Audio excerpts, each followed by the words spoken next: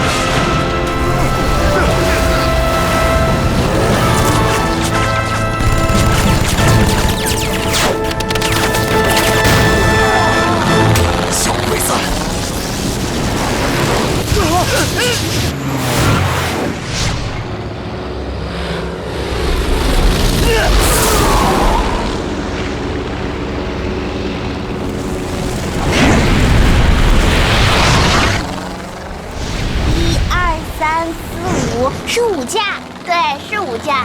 厉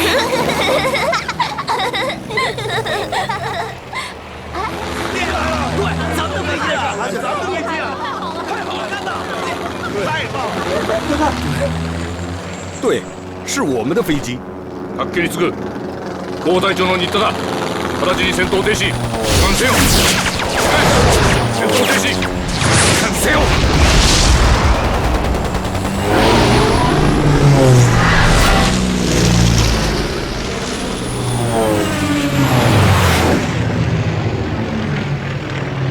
シナゴー軍第4大隊長機です。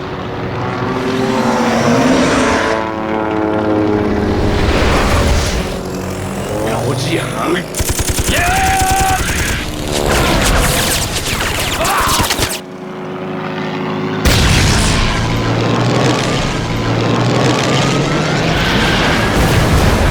队长，队长！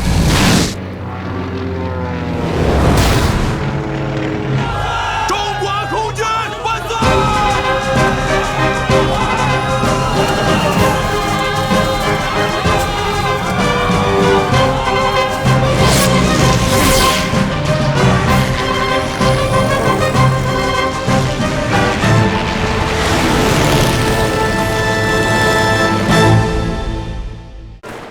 ！9月9日，日军沿军公路、淞沪公路和乐浦罗店一线发动强大攻势。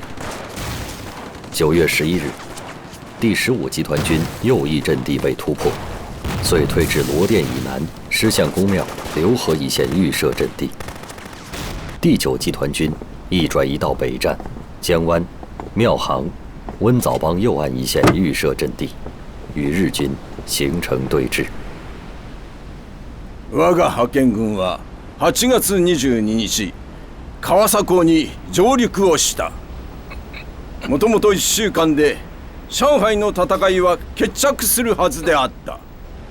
だが宝山で我が軍の前進を丸9日も抑えて、その9日の間に4000もの皇軍が命をなくした。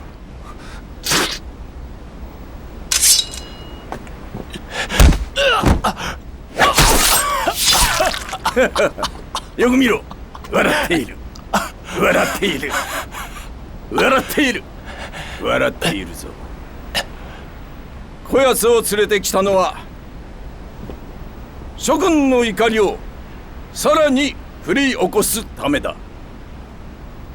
日露の戦いの時、大和民族には死を恐れぬ勇敢なる精神があった。しかし今では中国の軍人の中にもあることが分かった。これではどう見てもこの甲板に立っている我々が能なしで、倒れているこいつが英雄ではないか。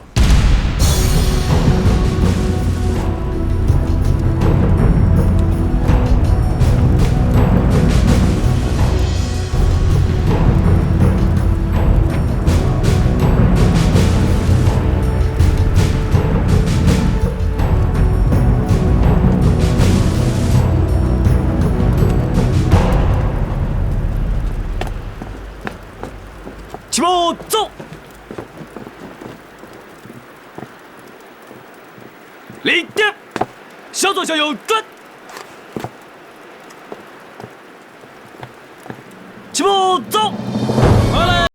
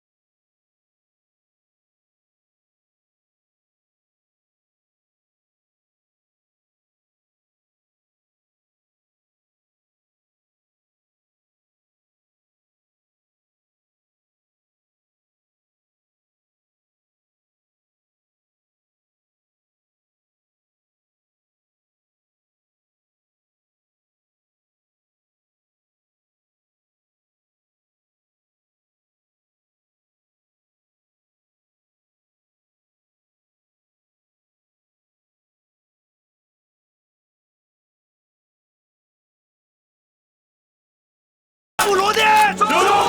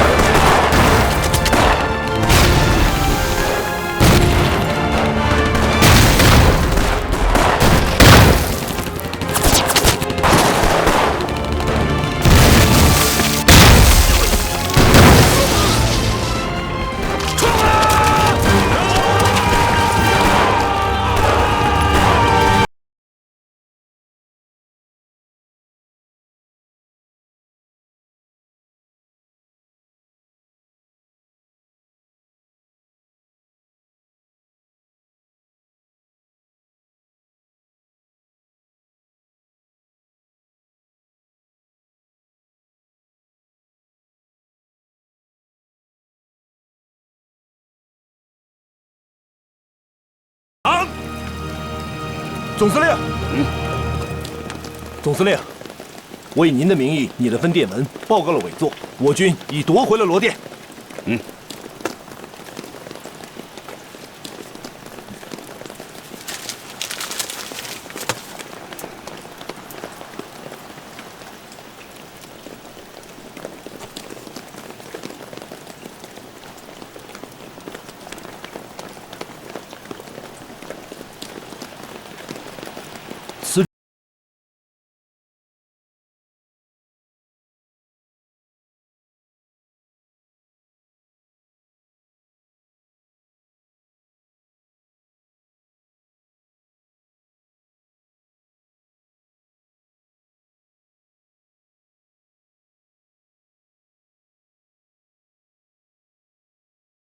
张治中无语、无泪，更无颜直面身前身后倒下的死不瞑目的将士。张治中决意辞职，作别淞沪战场。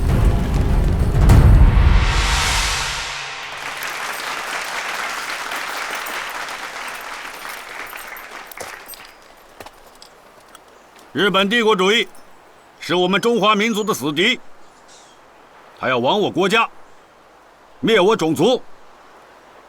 为了国家，为了民族，全国已经形成了抗日统一战线。现在宣誓。第120师、129师随后也从陕西省富平县庄里镇出征。八路军指战员昼夜兼程，奔赴抗日前线，形成了日军进、国军退、八路军披星戴月上前线的抗战局面。同年9月22日，国民党中央通讯社刊发中共中央为公布国共合作宣言。23日，蒋介石发表谈话，承认了中共的合法地位。至此，以国共合作为基础的抗日民族统一战线正式形成，第二次国共合作正式开始。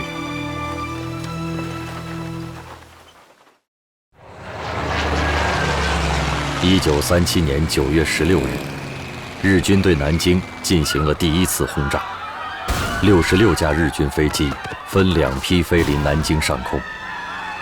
肆虐的轰炸中，6朝古都承受了旷世摧毁。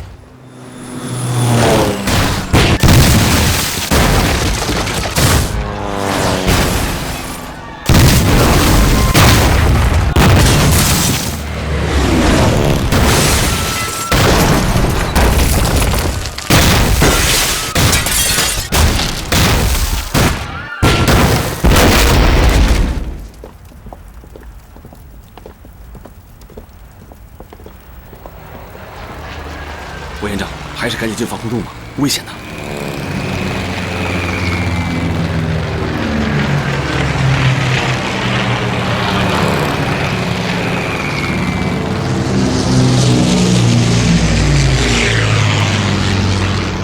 Darling， 夫人，你怎么出来了？来了一份通报。哪个来的？日本上海海军司令官长谷川清。日本海军航空队以南京系中国军事活动之主要根据地，兹为消除中国军队之敌对行动，早日结束目前敌对状况起见，将于1937年对南京以及附近中国军队及一切华军军事工作及活动之主要建筑予以轰炸及其他行动。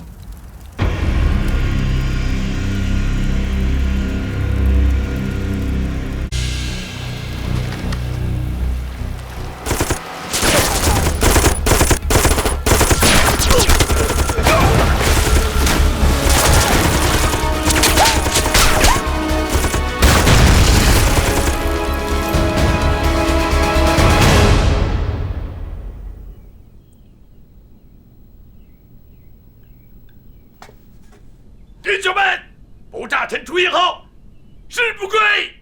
不炸沉出营号，誓不归！不炸沉出营号，誓不归！干！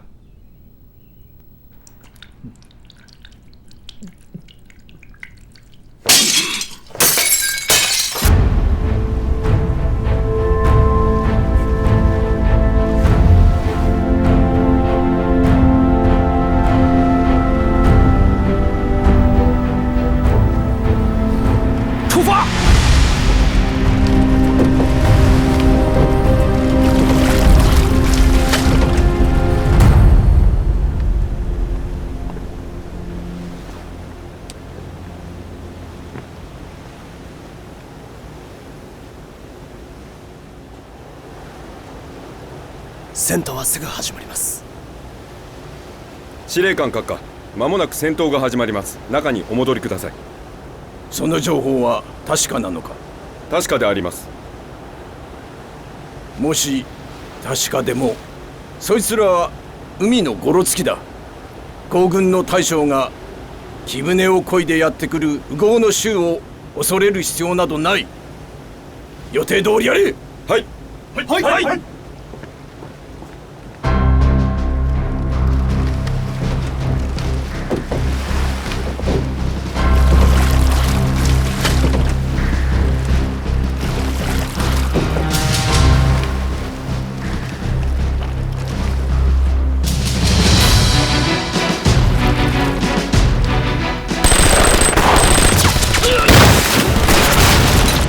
やれ。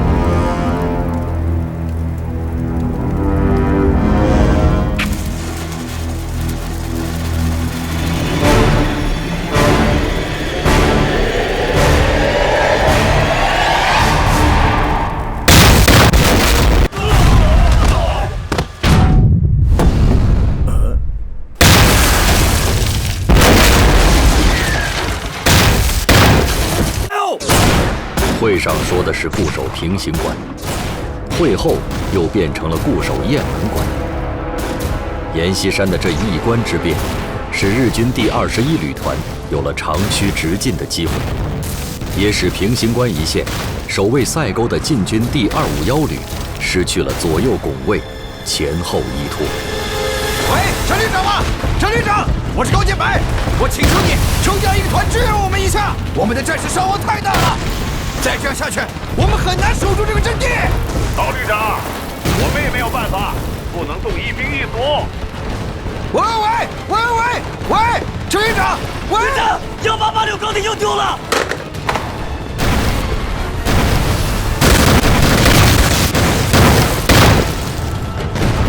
命令预备队务必给我夺回来！预备队已经打完了，奋勇队刚上去，打的就剩8个人了。在家门口打鬼子，晋绥军明白，不好好打一仗，谁都无颜面对山西佛门。自打北平天津陷落，东条英机的关东军察哈尔派遣兵团闪电式攻陷大同，板垣的第5师团连连突破西北防线。阎锡山挂帅的第2战区，太需要一场提振士气的胜仗。第33军军长孙楚不顾前系旧怨，向第115师师长林彪求助来了。此时的八路军第115师已决定主动发起平型关战役，自然欢迎每一路联手打鬼子的友军。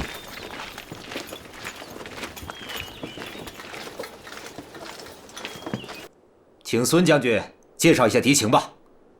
好，我向诸位介绍一下战况。总的情况呢，我们所面临的敌人是板垣征四郎的第5师团，而攻击平型关的是他的第21旅团。本来我们估计他们的主力将会沿着铁路南下，没想到的是，他们沿着公路一路攻击过来，我们的损失很大呀。平型关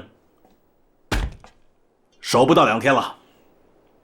如果我们115师在平型关外设伏，贵军会出动多少兵力？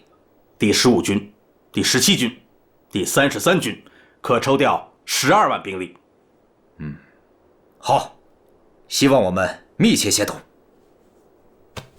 精诚团结。首长，115师电报。好。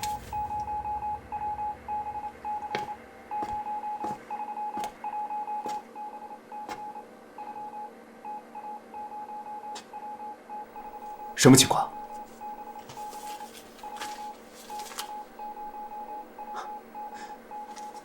主席，115师的电报。你看，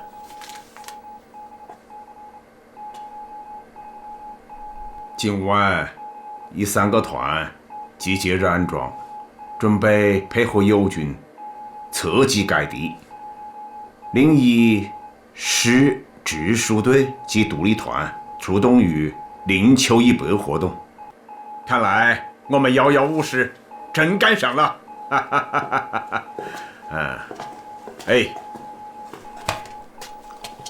主席，115师来了电报以后，马上给我，因为他们已经行动了。是。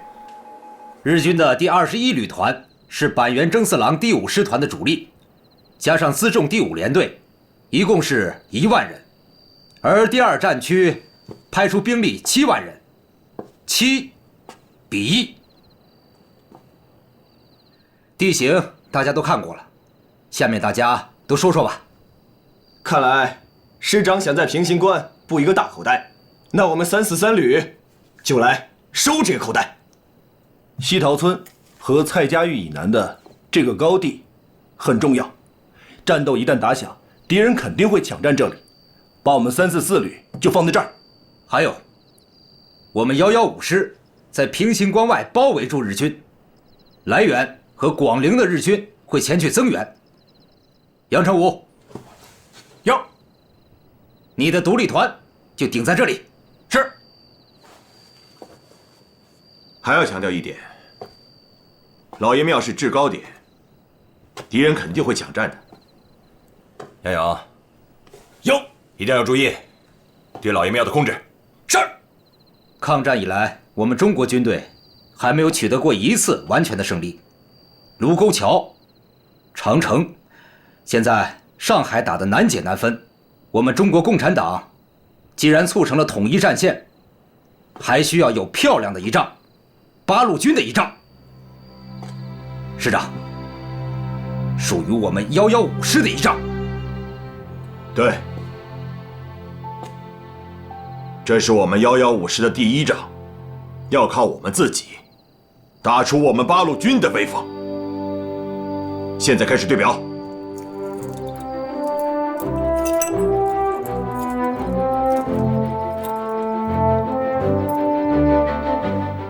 我的时间24日24时进军平型关。平型关到关沟到东河南镇，一条弯弯曲曲10余公里长的公路上，靠南侧的山地边缘上，隐伏着八路军第115师大半主力。第343旅686团位于白崖台附近，左侧是685团，右侧是344旅687团，口袋底则是晋军的独立8旅。687团断敌退路，并负责打援；688团为预备队。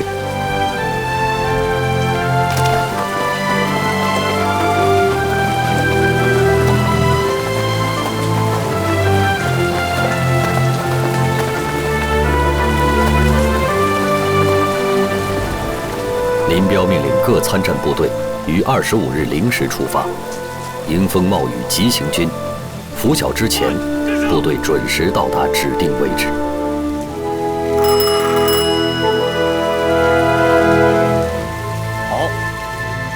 好。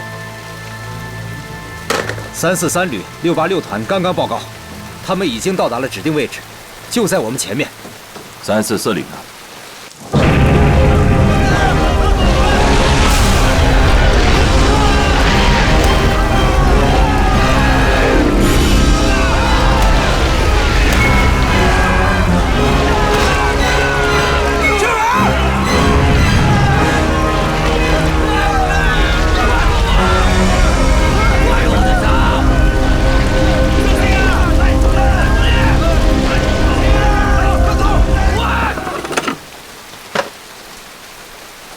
？344旅吗？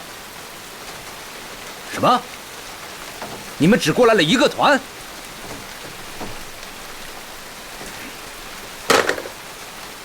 ？344旅被山洪挡住了，他们只过来了一个团，有些战士被山洪卷走了。什么意思吗？师长，这样的天气，为了减少不必要的牺牲，344旅的其他部队是不是不要再强渡了？再等等。同志们，我们的战斗口号是什么？勇敢冲锋，刺刀见红。对，勇敢冲锋，刺刀见红。我们一直都是红军的猛虎部队，现在到了抗日的战场上，更要发扬敢打近战的优良传统，要面对面硬碰硬的干，让小鬼子好好领教咱们686团的厉害。团长，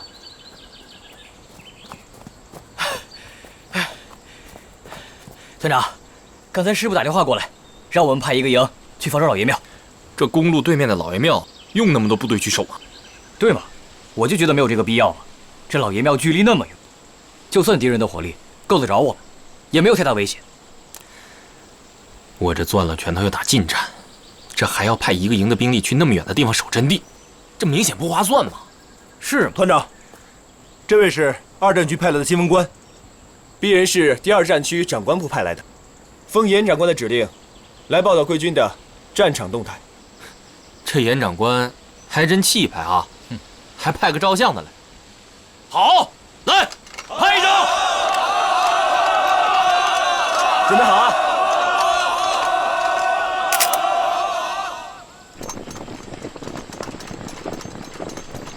你也看到了，平型关地势险要，而我们眼前的这条公路呢，更是重中之重。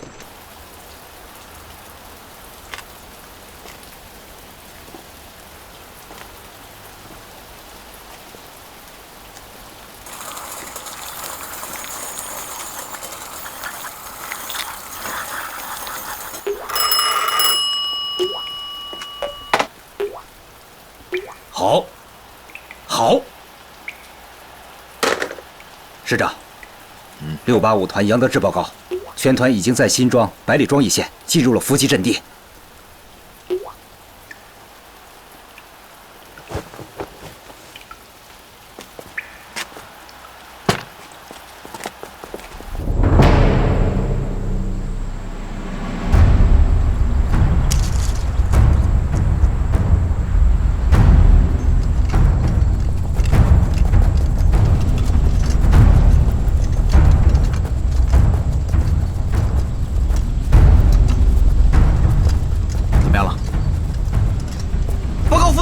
我们都准备好了，明白今天的任务了吗？明白，扎进口袋阵，不让一个敌人跑掉。这场伏击战的阵地足有10多公里长，前面依次是685团、686团和我们687团的其他部队，而你们9连就是扎紧着口袋的绳子。能不能彻底歼灭敌人，就看你们今天的表现了。请副团长放心，保证完成任务。组长，您放心吧，这是咱们出征抗战的第1仗，一定得打好。对。这一仗事关八路军的威名，许胜不许败。请首长放心，我们一定打出个样来。敌人的车队来了，注意隐蔽。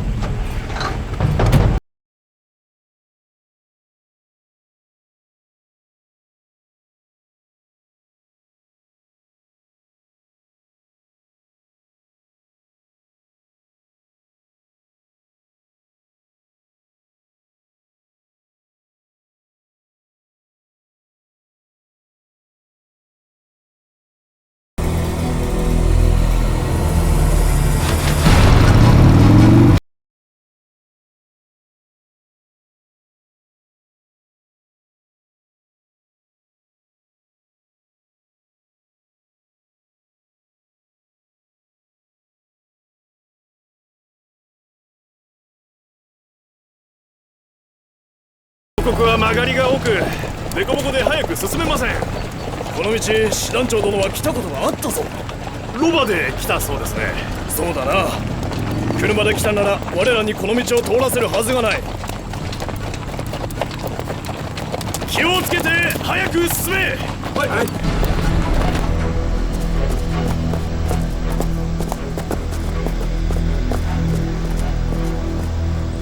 团长，日军已进入68集团设伏位置，正朝我们这边开过来了。有汽车170多辆，马车、炮车200多辆，还有大批骑兵。通知各营，准备战斗。是。哎，李团长，敌人数量太多了，您的指挥所是不是离前沿太近了？山地伏击作战，离前沿近一点，容易观察，便于指挥。团长，敌人接近一营阵地了。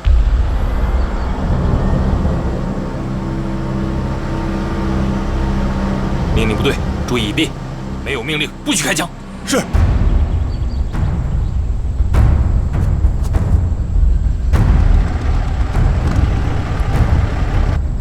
队长，你看，我们总算把敌人等来了。先别着急，把这批鬼子放过去，交给685团，我们打后面的。哎，也别放太多，放太多吃不消。没关系，我们八路军胃口可好得很呢。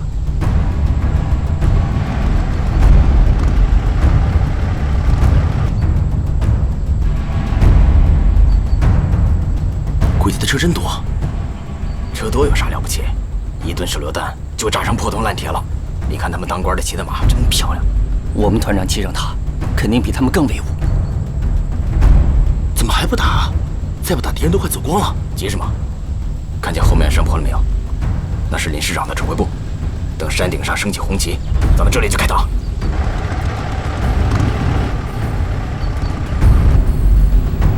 师长。还等什么？杨成武，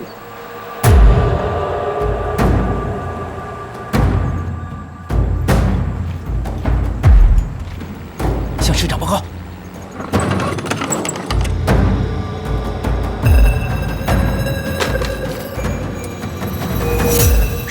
师长，敌人全部进入包围圈了。是。师长。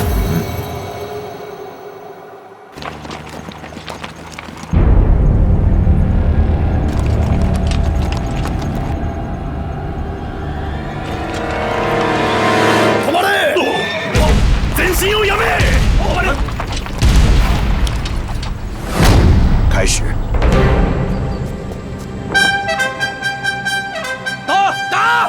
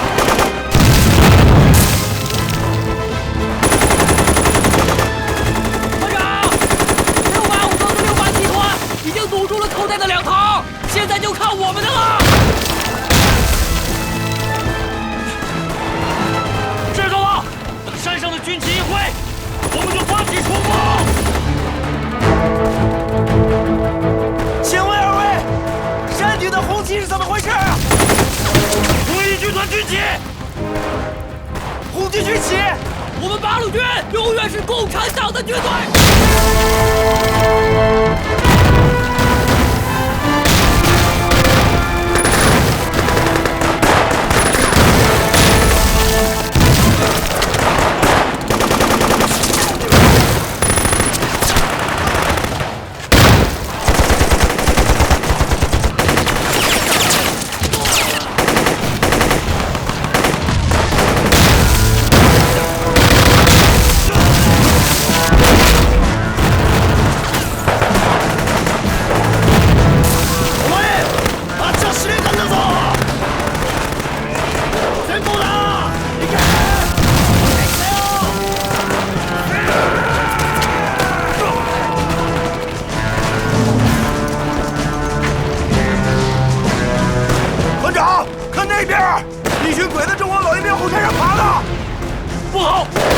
敌人是想居高临下压制我们，好趁机突围。突围没门儿！团长，我带3营去抢夺老爷庙。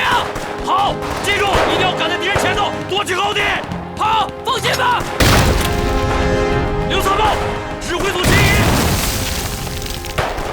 1营和2营准备发起冲锋，消灭公路上的敌人。是。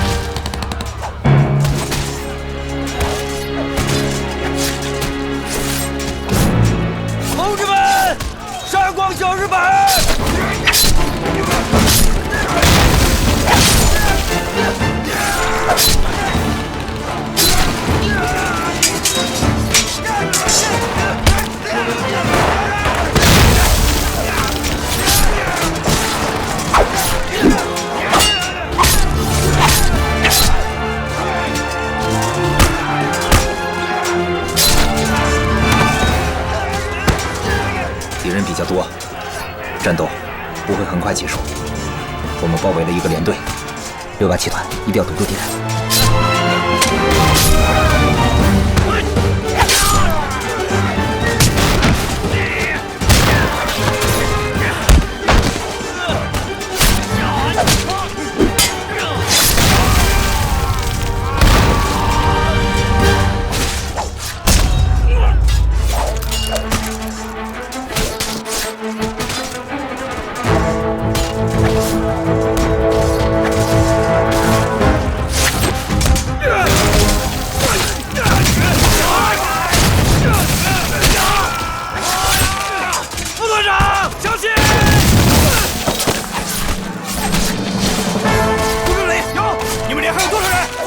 请您放心，哪怕就剩我一个，也不会放鬼子过去。先行等一会儿，大营马上就来了。这里是平型关战场口袋口，绝不允许放过一个敌人。是。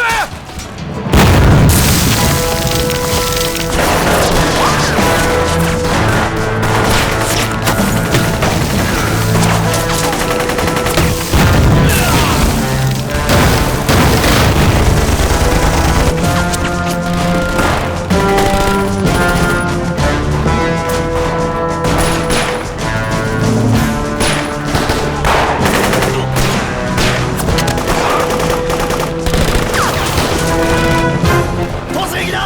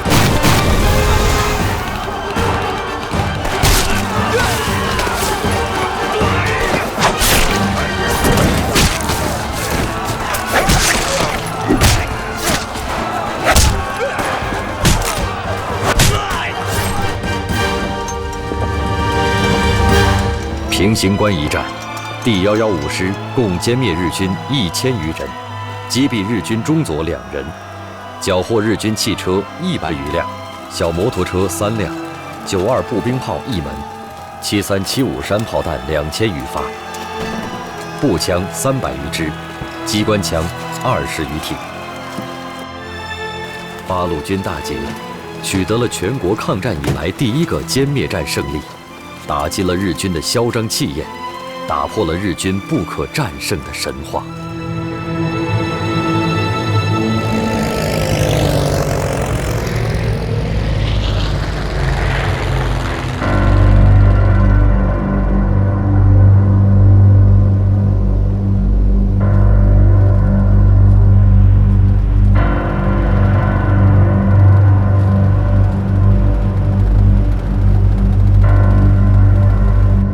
2年前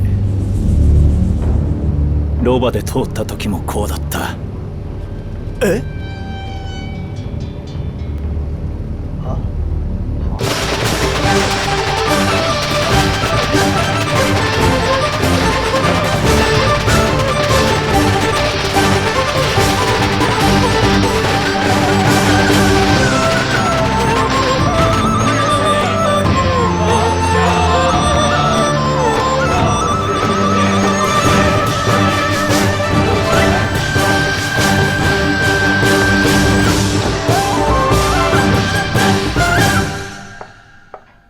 ？Darling， 夫人，来。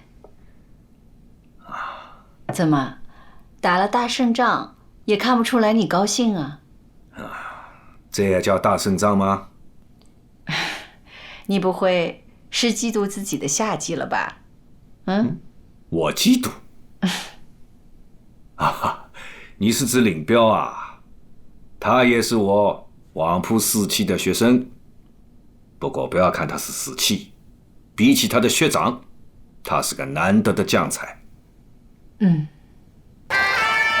据77事变77天后的平型关胜利，给1937年秋天留下的，不仅仅是斩杀日军1000余人的一次战斗捷报，而是让每一名匍匐在战壕里的东北军、西北军、中央军兄弟，每一名等待冲锋号声响起的第115师、120师、129师热血而南，在心底埋下了一颗胜利的种子。胜利源自内心深深的渴望。抗战胜利，亟待4万万5千万同胞的心心相系，同气、同声、同力、同仇敌忾。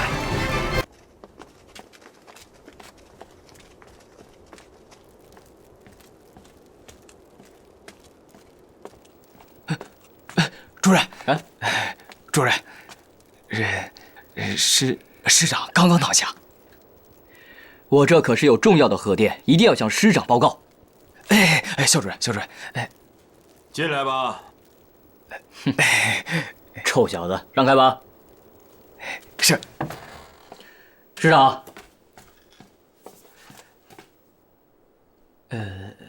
师长。师长，这是第2战区严长官的电报。这是第2战区前敌总司令卫立煌的电报，还有第2战区，还有这是刚刚收到的朱德总司令转发蒋介石的电报。师长，我给你念啊。25日电西，25日一战，监寇如麻，卒为官兵用命，甚堪加位。上西。师长。师长。聂副师长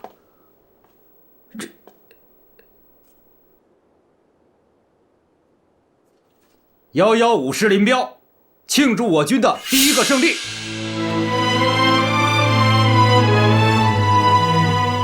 是主席发来的。我是3个没想到，没想到共产党整编以后展开的这么快。第2个没想到是展开以后，在山西，他们居然和阎锡山合作的那么好。第3个没想到，这么快就有捷报传来。这是好事。难道你们不希望他们打胜仗吗？那倒也不是。不管怎么说，共产党也是中国人嘛。不过，这次政变开赴前线，共产党可谓是绞尽了脑子啊！我们和毛泽东交手了这么多年，你以为他可以相逢一笑泯恩仇吗？哼！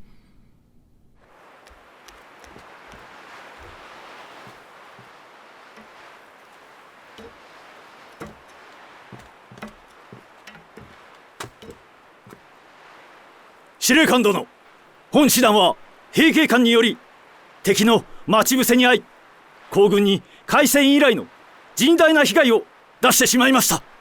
それは全て自分に責任があります。それほど大事ではない。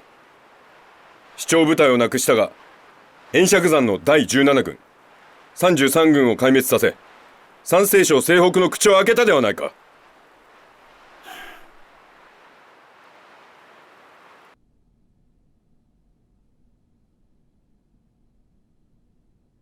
共産党作戦においては東條は東北で抗日連合軍と何年か戦い、板垣は初めてだった。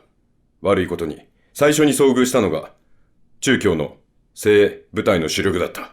115師は戦術に長け、行動も果敢、しかも強靭な意志を持っておりました。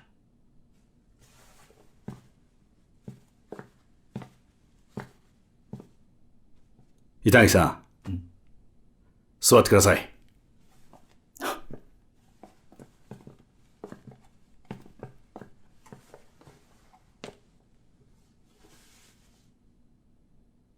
そのゲリラ戦の勝利効果を利用して、奴ら、平家間での戦いでは、皇軍には勝てないという神話を一掃して、我々に一撃を食らわせたわけですよ。そこでだ。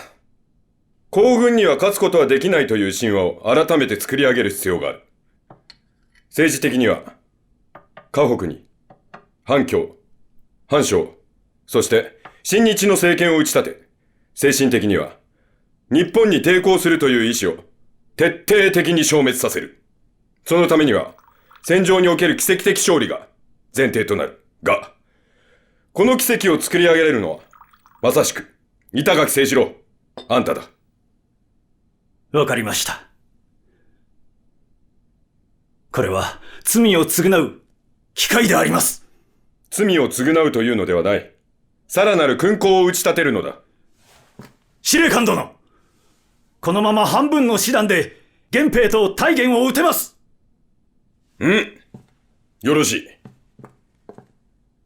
独立第2旅団、独立第15旅団、そして第20師団をもって全力をもって支援する。はい。東条。近郊大元戦役の後半では板垣師団が戦場の主役となる。全力をもって応援するように。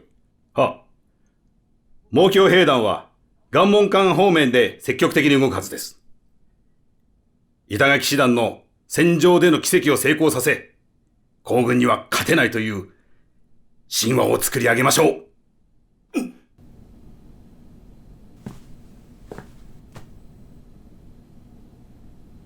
忻口的得失是本次战役的关键。我军应集中10个师的兵力，依托忻口及周边地区，形成固若金汤的防御。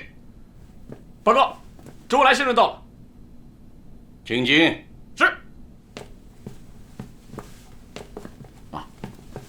你好，严长官。好。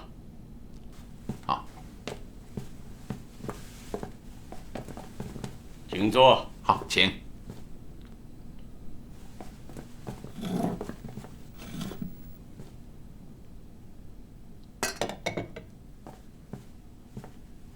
大家先认识一下，这位是中共代表周恩来先生。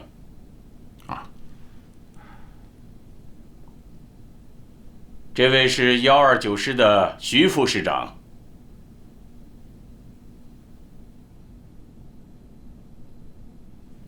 严长官让我们帮2战区拟定的对日作战计划，徐向前同志已经做好了，请过目。昨天才交办的事，今天就完成了。向前老弟，真不愧是奇才呀！过奖了。毛泽东主席托我转告阎锡山长官，目前河北战局不利，日军很有可能沿正太铁路向山西进犯。因此，山西战场最大的关键并不是北面的忻口，而是东面的娘子关和龙泉关。娘子关不要紧，我已经派了第17师去那里防守了。一个师不够，至少要派3到4个主力师。娘子关地形险峻，我看有1个师在那里就足够了。毛主席还有个建议，本次战役不能只做简单的阵地防御，还应该在敌人的2翼进行夹击，打乱日军的部署。